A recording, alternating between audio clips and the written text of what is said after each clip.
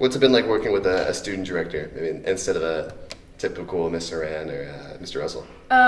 So with them, they're very open to suggestions. Like they've said, like if you have anything that you want to say or any cool ideas that you have, like just let us know. And so I think it's cool to be able to work with a student because you feel more comfortable sort of going to them and talking to them and sharing ideas. And I don't know, it's just like a very fluid environment, I guess. Well, really seeing how I can take somebody who probably hasn't acted in many roles, taking them from a base level, and then see them at such a high level, well, at least the high level that I was able to help them get to. It's fun to see that progression. They go through so many stages, the stress stage where they don't know what to do with the character. Then they go to the, now I know what to do with the character, but how do I make that show to the audience? And like the fun part about that is me being, like knowing the answer to those questions and being able to bring those things out for them. Did you learn anything yourself and directing? Yeah, I learned. It's kind of weird because I never noticed this as myself as an actor. You need a lot of patience with an actor because it's nerve-wracking. They don't know what to do. Like from reading a script for the first time, we don't know what to do.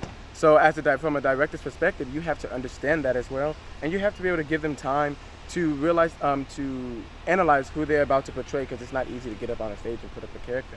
So I think that's what I've learned, really, to have that perspective as a director and as an actor. Trust the husband's word alone.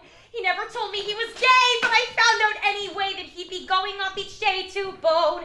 And my husband got it on with my neighbor, John. He's the gardener who lives next door. And though I wear Mark's ring, it clearly doesn't mean a thing and makes me wonder what the hell it was all for. And so I didn't get why I'd want to hook up with a guy. I thought I'd think about it better like a beer.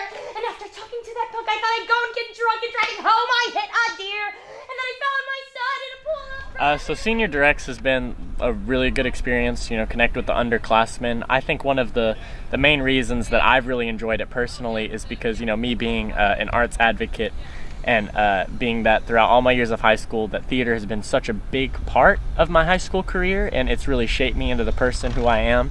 I really wanted to kind of instill those values into some of these underclassmen, remind them that not only arts but just extracurriculars in general are important, and you have to put in those hours, but that's what kind of really gives you the relationships and the moments and the memories that made my high school career so awesome.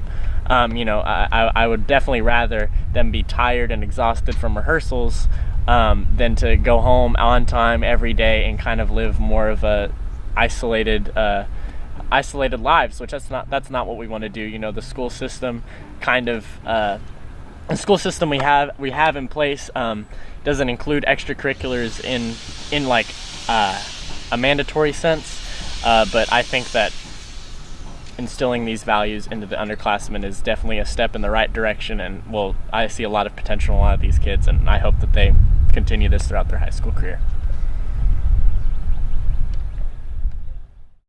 We can draw our own conclusions. We know we can draw our own damn conclusions. Exactly how many stories have you got a little girl or a little boy is treated badly? A few?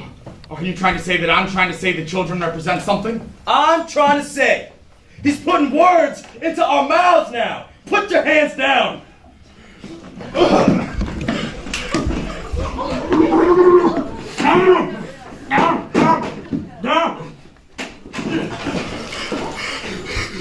Whatever you're done,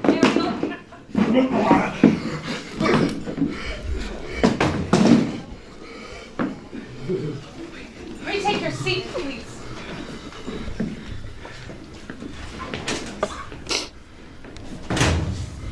I forgot to mention, I'm the good cop.